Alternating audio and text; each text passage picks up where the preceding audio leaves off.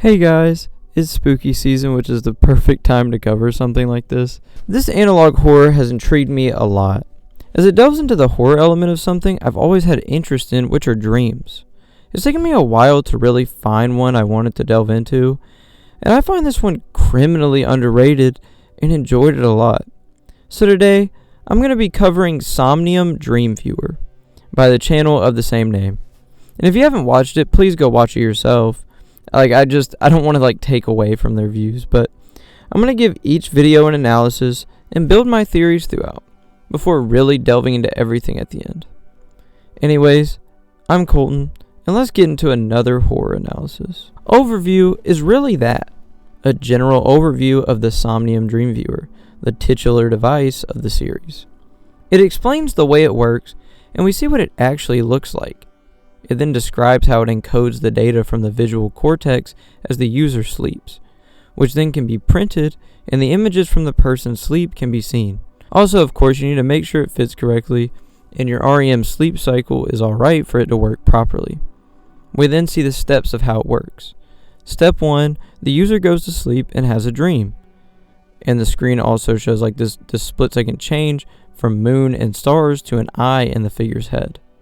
Step 2. The dream viewer records dream images from the user's visual cortex. And then for step 3, in the morning, the captured dream images are ready to print. We then see an example from Charles Crawford that shows how it works, who has a dream of his hometown but lacking buildings or people. His house does remain though, and he then comes across a dark blue man who he felt a kinship for, before he reaches out for him, and he wakes up. Definitely weird. Also at the end we find out about different questions some may have. This includes finding out smeared photos are caused by worse sleep, and photos lacking color can be from improper placement of Dreamviewer. Finally, why do I experience nightmares is the most interesting question of the video, as it describes how unpleasant dreams are normal, but you must remember it's all in your head. That's when the screen goes to black and says, "We are trapped with you in your mind, waiting for you to return." This is completely normal, of course. It then phases out before saying you should lower your frequency of use of the device if nightmares become more frequent. It also says that if nightmares continue after you stop using the dream viewer, to call their number for a licensed dream physician about dream suppressants. It also says make sure to call immediately, and we of course now have found out about Somnium Microtechnologies. They seem to be a company who have started to learn about dreams and created this technology. And it sounds like some cool thing, but obviously we know there's, going to be downsides, but I don't want to spoil it all yet. Definitely the dream lacking much design, though, is very odd, and feeling kinship with this random man is an odd idea. Why exactly does he feel that way? Also at the end, we get that moment of discussing why the nightmares are happening. Remember these things where it says, "We are trapped with you in your mind, waiting for you to return." And also clearly nightmares are something that may get heightened by the device. Legal action is like one of those late night ads about mesothelioma you hear about, where lawyers want to capitalize on the fact there may be many victims with symptoms from using a product such as this or going somewhere. And in this case the lawyers are HPM, and they're called the Dreamer Syndicate too. And the product is the Somnium Dreamviewer. It's reaching out to users who have been diagnosed with sleep paralysis, night terrors, walking dream hallucinations, permanent nightmare syndrome, or any more nightmare-related disorders, saying they could get financial compensation. It also references how in the US, the levels of nightmares have gotten worse. So those things are probably correlated. They then say the dreams that have been as a result of somnium could have caused fear, panic, and other distress-related symptoms. It of course emphasizes that people need to use the dream suppressants and also sue for financial compensation. We then see an example of a dream suppressant, Easy Dose. Every analog horror has a prescription at some point, I feel like I mean really. Then some text with creepy faces comes up. Like lost dogs, they followed us home. Now the house is theirs. You're behind. They will never be healed. And that's where it ends. First of all, those faces did unnerve me, I'm not gonna lie. They're not the scariest things, but they're so weird. But the text at the end seems to be some force trying to push through this to say how pointless their endeavor of preventing the nightmares is. It's very similar to what was said in the last entry, but now telling us how we're trailing behind, as I think the nightmares have invaded and made the mind of the infected their home. That's just my belief, as typically the brain is seen as a home of the mind. We also can take away the symptoms of what using the device typically are. Keep these in mind: sleep paralysis, night terrors, walking dream hallucinations, and permanent nightmare syndrome. Now, we can go on to the next video. Dream Locations is the third video in the series, and we see it's about dream interpretation, and it's by Somnium themselves. The specific one we are watching has to do with locations. They have developed a dream interpretation method, and they want to show us here.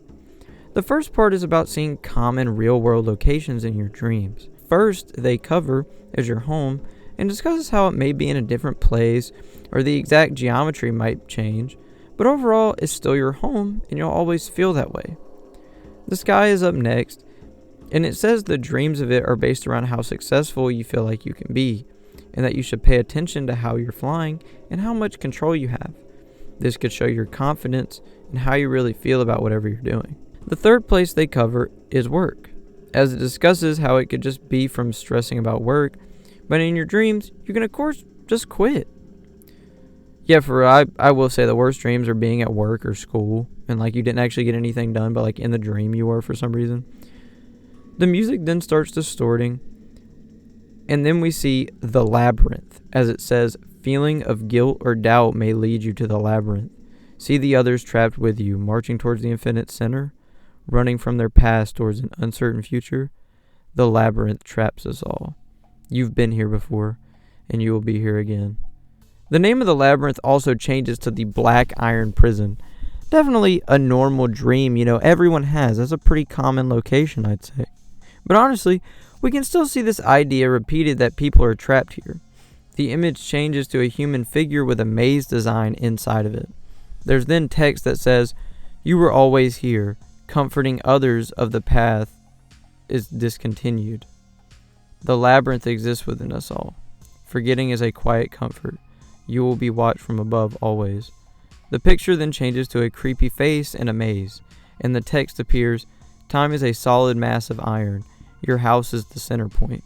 Place your palms to the cold metal. Sickness is your way of life. Rot in a dream of awakening." Another image appears of an eye above a maze. Text continues, "Cast your hot flesh into teeth of cold iron. You were always here." There's also a weird reflection on the black screen. It goes back to a normal location of a school, which honestly is more horrifying. I'm kidding, but just discussing how many people dream about school and can if they're stressed about a test as well.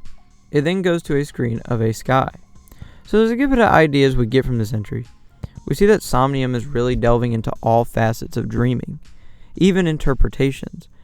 But they seem to be the ones either pushing the bad parts to, or it's some paranormal entity. This is where my theorizing starts to come in.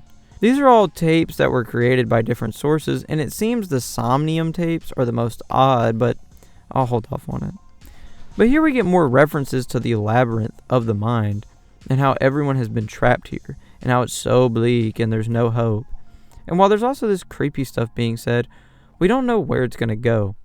Also, the eye over the maze image is interesting. It keeps conveying there's someone watching us. It keeps trying to push these bleak, mentally overwhelming thoughts, and also tries to instill this groupthink that others feel the same. But in this entry, that's definitely the most interesting thing here. Also, remember the labyrinth's other name, the Black Iron Prison. Hallucinations is next, and we've already heard these referenced before. The beginning has a black and white movie scene of a son going to bed with his mom, as he has a nightmare.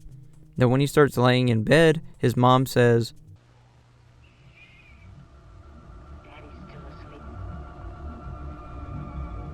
You better be quiet."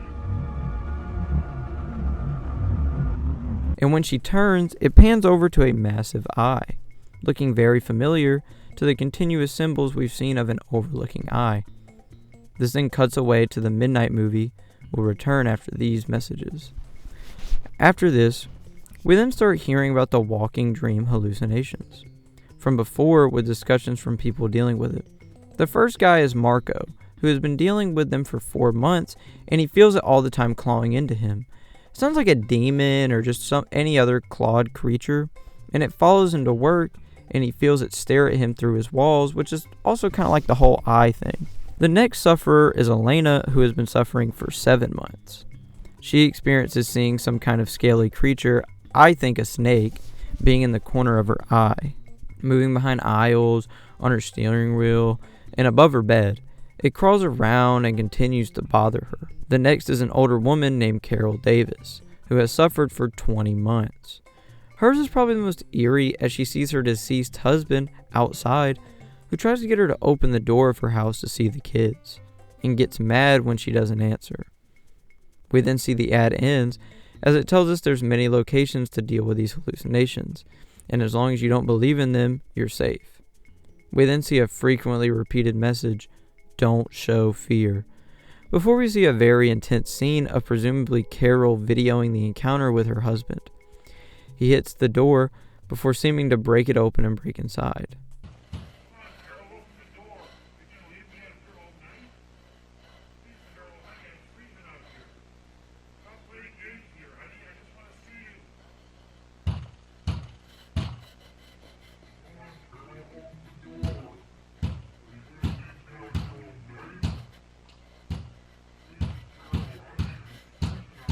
It then ends. With this entry, it seems to show us in Carol's situation. This hallucination was not just an hallucination. It literally was recorded and broke inside of her house. In some way, this Somnium dream device has brought these nightmares into reality. Like the people who had the dream manifest them, and they typically only come around with an individual.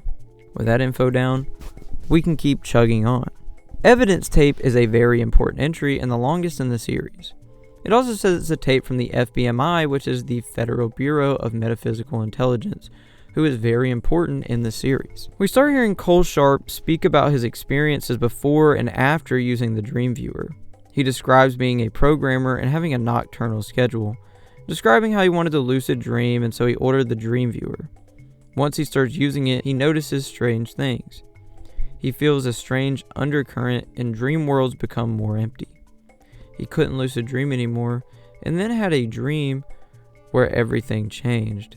He starts in a cave of blue ice, where he then meets a man that ventures into the cave with him, and they eventually find a house to break into and make a fire.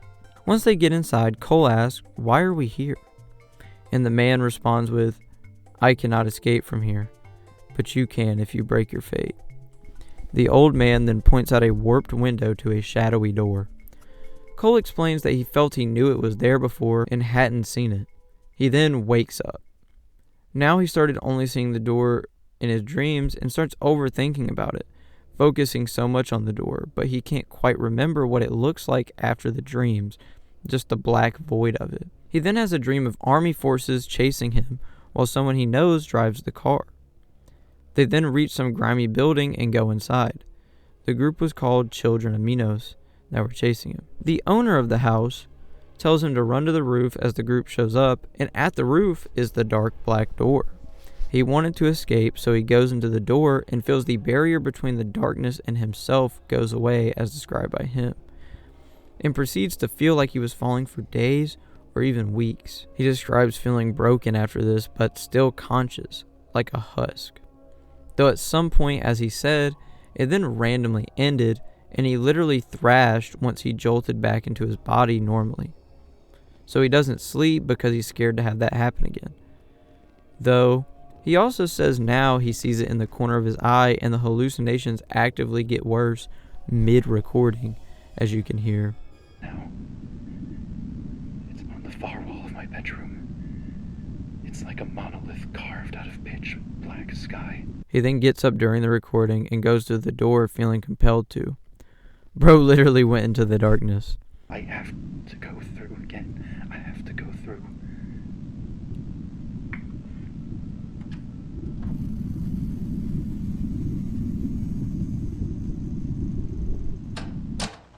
We then see the closing notes that Cole Sharp went missing September 21st, 1986, and hasn't returned. This entry had such great storytelling.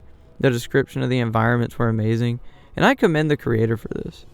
But anyways, a lot of the stuff here can be seen as the typical Somnium after effects we've seen. Though with him, instead of a person out of the dream, he sees a door. There's also some old man who he immediately works with, even though he's never met, which is extremely familiar to Charles Crawford's experience from before.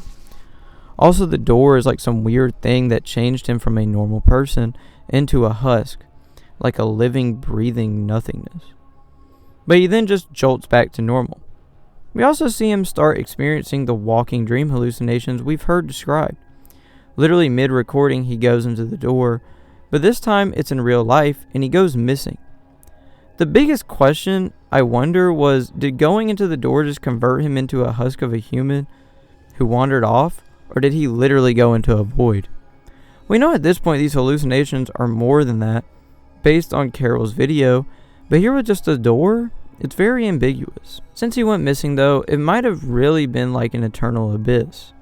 Though also here, we see the FBMI investigating this, and they say he went missing. So we should trust them, right? Every government agency in an analog horror is completely trustworthy. So for the interlude, it seems to be a literal visual of the labyrinth maze, and possibly shows it in the way someone would see it. Orientation is the next major video in the series, and it's another tape that is actually from Somnium themselves. As seen in the description, it's tape 6. It's clearly like a job orientation tape. It's divided into different chapters, as we'll see. The first chapter is Who's Somnium? I love the look of this one so much. It takes place in the 1980s, as most of the rest of the series. We get some information on the people actually behind Somnium finally. 5 Labs is who created the company. They say it was named after 4 members, when we know that can't be right. We then get a screen where 5 pictures and 5 names come up. There's Dr. Robert Fowler, Samantha Ingram, Athanasia Viasova, Mariella Estrada, and then one that is redacted, clearly alluding to a 5th member. Definitely not weird at all. They also worked with the FBMI, who we know was investigating them and the device. Then chapter 2 starts up, and it's working at Somnium. They talk about the typical benefits jobs have, such as insurance, but what's weird is they emphasize mental evaluations. As we know, a lot of this is mental turmoil, so most likely the workers can't even dodge it. We then get 4 principles of safety. Always keep the lights on is first, as it says all the employees must be out by 9:30. Stay with a buddy is the second rule, as in the facility it could be unsafe to be alone, and if no one knows where you are, you're probably lost. The third rule is report everything to your FSO, and it references possibly needing to evacuate depending on present danger. The nice little music we had then lowers, and the video goes completely quiet, as the 4th rule is don't show fear. We've definitely heard this before. We really don't need to express fear in any environment around these dreams, or even the technology that can register dreams. Chapter 3 is evaluation, which is an evaluation a worker would take and give to a higher up. We then start getting asked to pick what images don't belong to each set. Set 1 doesn't have too much weird, just a little off, like slightly different imaging. Though during set 2, when the images blink, there's face in the reflection. Jesus Christ, it actually unnerved me pretty bad, because all I could think about was like what was going to come on the next one. In set 3, there's more creepy faces, and they're more prevalent. There's also just creepy human body imagery. And then finally it stops on a creepy image of a distorted human body, which then turns to face the screen, and the assessment comes to an end. After this, the tape concludes, so here we start to get some info about what is exactly going on in these facilities. They know these nightmares are spreading, and seem to be trying to address the problem. Also, fear seems to power these nightmares. The more scared the individual becomes, the more the nightmare manifests into reality. The other weird thing to me are the creepy images during the evaluations.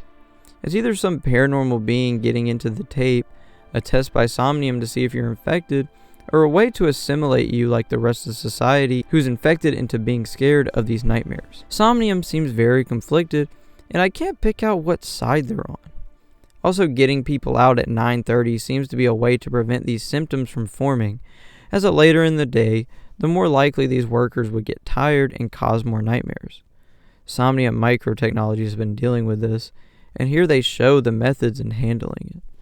But we don't know if they really work.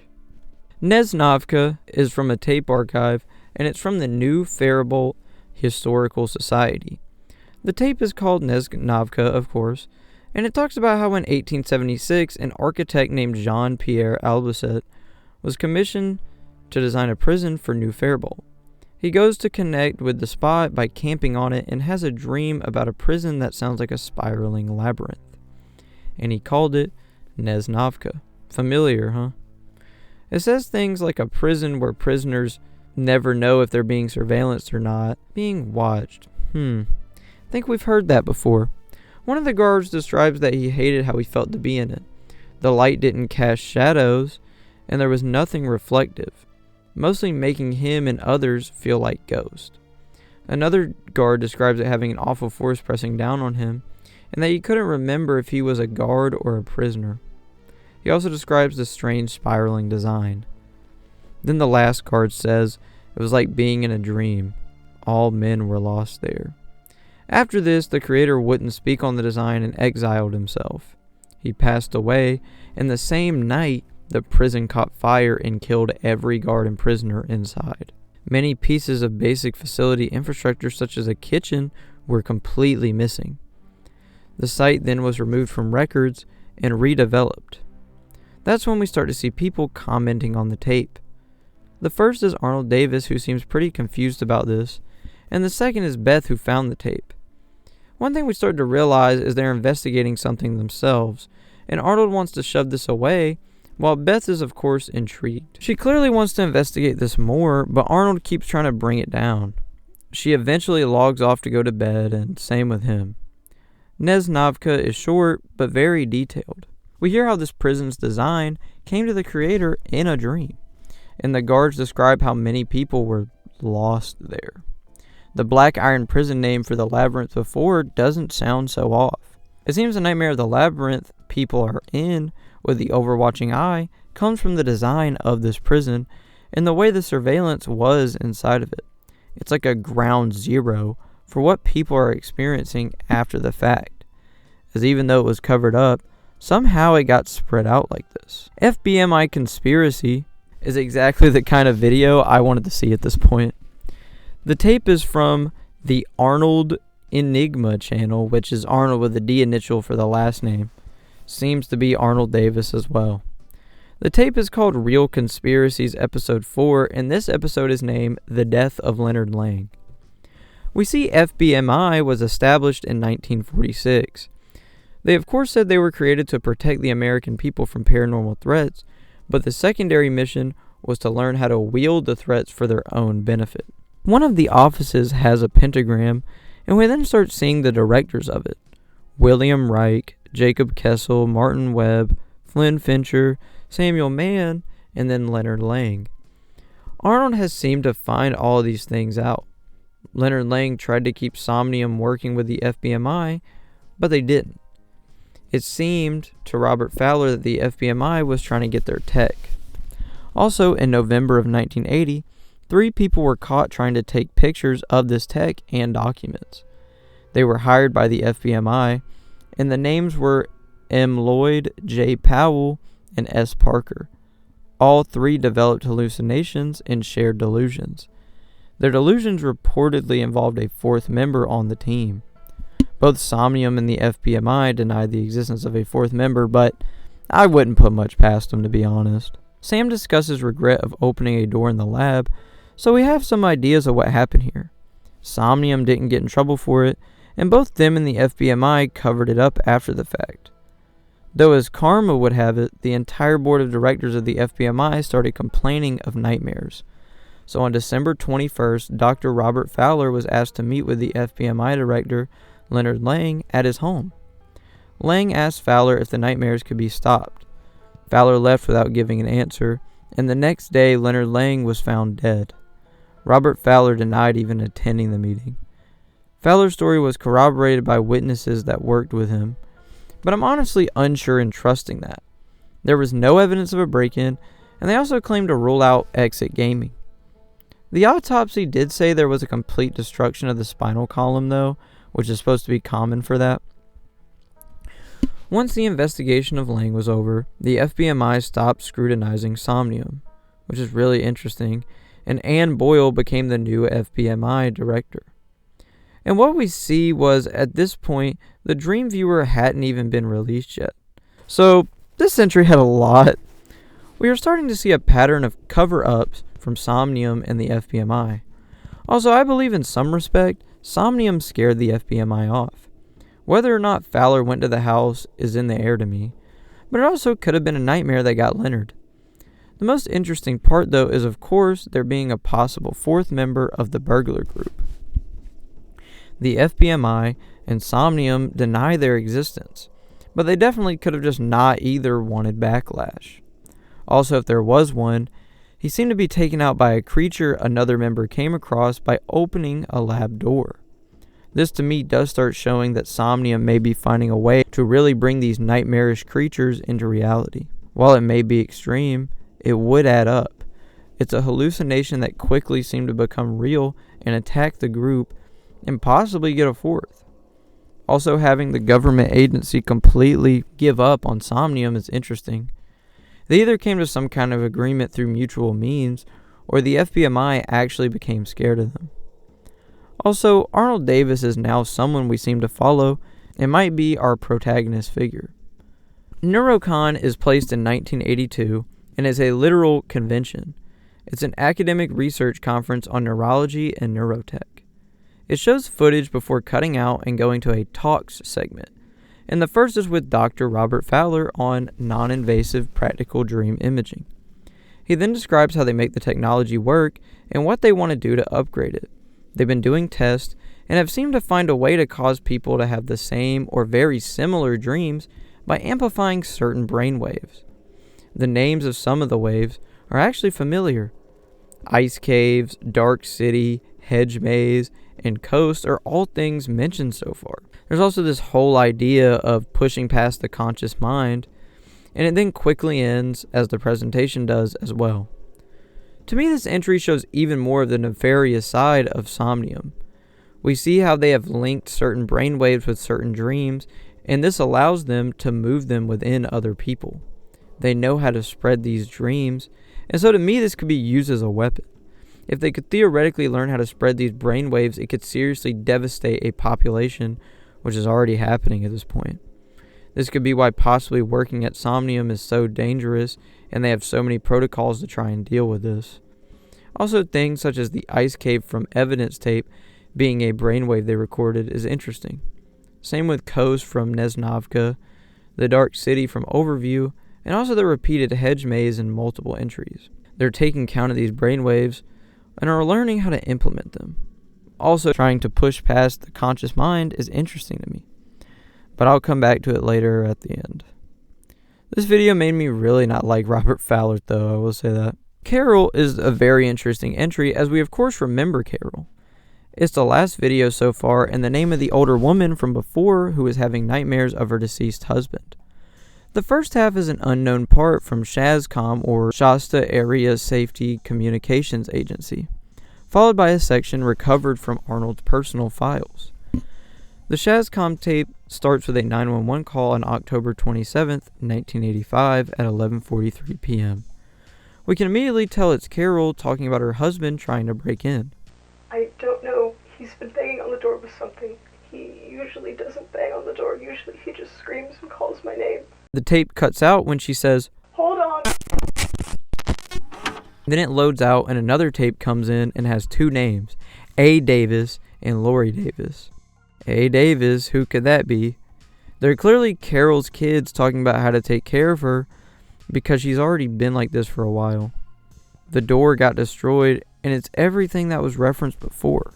And we hear Lori say, "What is it, Arnie? A government conspiracy again?" Which references how it's actually Arnold Davis from before. The cops are covering it up as we can clearly hear them discuss. Got a camcorder and the police confiscated it. When I asked them about it, they just straight up denied it to my face. I saw that she was holding it when I got there last night, and then I guess while I was talking to the cops, one of them took it, and then they just straight up lied to my face when I asked about it later. It's crazy because he's a conspiracy guy now and his wife doesn't want him to pursue that route. It's the exact opposite of the Neznovka entry. He seems to be a lot different than he was before. Then the video ends as their call ends. So Carol was more of just showing us in more detail of what happened the night Carol's hallucinations came to a head.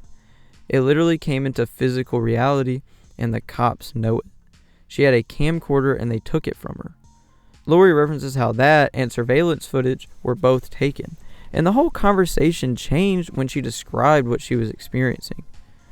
The cops know it too, and Somnium or the FBMI must be getting more government agencies to cover this up. Also, seeing Arnold on the complete other side of the coin again is kind of funny, but it makes me think, what happened to Beth? Maybe she just grew out of it, but it's odd that she's just gone. But to go into all my theories and explanations, I'm going to head into the next section. There are many big ideas I have coming from this series to explain the conflicts going on. The first I want to cover is the FBMI and Somnium's relationship.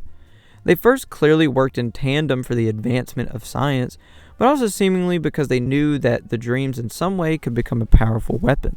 Though when Somnium really started to get going, they blocked the FBMI out. Especially Dr. Robert Fowler. He had a strange relationship with Leonard Lang, as we see in FBMI Conspiracy. Though then the nightmares start affecting FBMI members, and when Leonard tries to get help for it, he says the doctor came, but Robert says he didn't. This is either a big cover-up for Somnium, as any director would be scared of them at this point after the death of Leonard, or they both just don't want it to be public. I think originally the FBMI mainly wanted the weapons for defense, but then Somnium, using their resources off the back of the whole science, wanting to advance science idea, got off the ground and then left them in the dust. Now the FBMI needs to pick up the pieces essentially as Somnium continued to operate. Next is what the labyrinth is exactly. To me, it must be where this all stemmed from. When the creator of Neznovka had the dream, it changed everything. He created a prison that caused other people to think of the same design, which spread the thoughts he was having to others. And I believe a tape like the one Arnold and Beth watched would do the same. It's again another one of those instances of groupthink being instilled in the population, and I think Somnium is taking advantage of that. They want more people to think that reality is pointless, and they should just give up. That's why all the tapes that seem like they have paranormal experiences are really just Somnium subliminally pushing what they want at the American population, slowly whittling down who's left, until it's possibly anarchy. It could be the exact opposite mission of the FBMI, which I'm starting to see. The other thing I want to discuss is how the Dreamviewer seems to work. It starts as a normal thing until there seems to be this recurring theme of a person building a relationship with you and trying to convince you that you're lost, which goes with what I think Somnium is doing. They all describe the labyrinth and how it's pointless to live. The dreams seem to manifest in real life the more they are thought of, and will start even becoming real for other people as the brain waves move between them in thought. We see they must be in reality, though, through Carol's experience. We hear it as it breaks down a door and literally see it. My last major thing I want to cover is what I think about Arnold's situation. I think at first him and Beth were investigating what had been going on in their area, possibly with people having nightmares. Or if not that, at least strange going-ons in their area.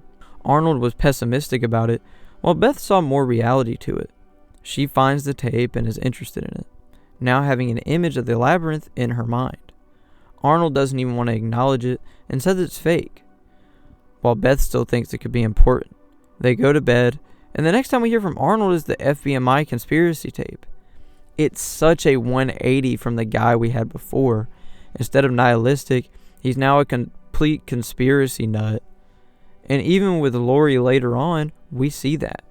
This makes me think that possibly after the experience Beth had with the tape, she started experiencing something similar to Cole Sharp, having these nightmares bleed into reality before being completely lost to it. This has caused Arnold to possibly want to find her, or maybe she passed away from them and he's distraught wanting to correct his wrongs. But to me, this is kind of where we are left off. I personally am wondering where the story will go from here and what will happen with everyone involved. Overall, Somnium Dreamviewer is a criminally, and I mean criminally, underrated analog horror. I really cannot say that enough. It just is. Please go watch their videos if you haven't already and give them likes. They deserve it. It's a quick one as well if you don't have much time, so you can watch it pretty fast. But truthfully, I love the whole idea of it and all the theories you can make out of it. It's a well done analog horror, and I hope we get more from it. In a really oversaturated genre, to me, this really stuck out. It was very solid. I love the horror elements. I love the whole dream idea and manipulating dreams. I love that. But anyways, if you enjoyed, please like, comment, and subscribe if you feel like it. We're on our way to 1,000, and any way you support me helps so much. You really have no idea. I've been Colton. Thank you for watching. And as always, stay safe.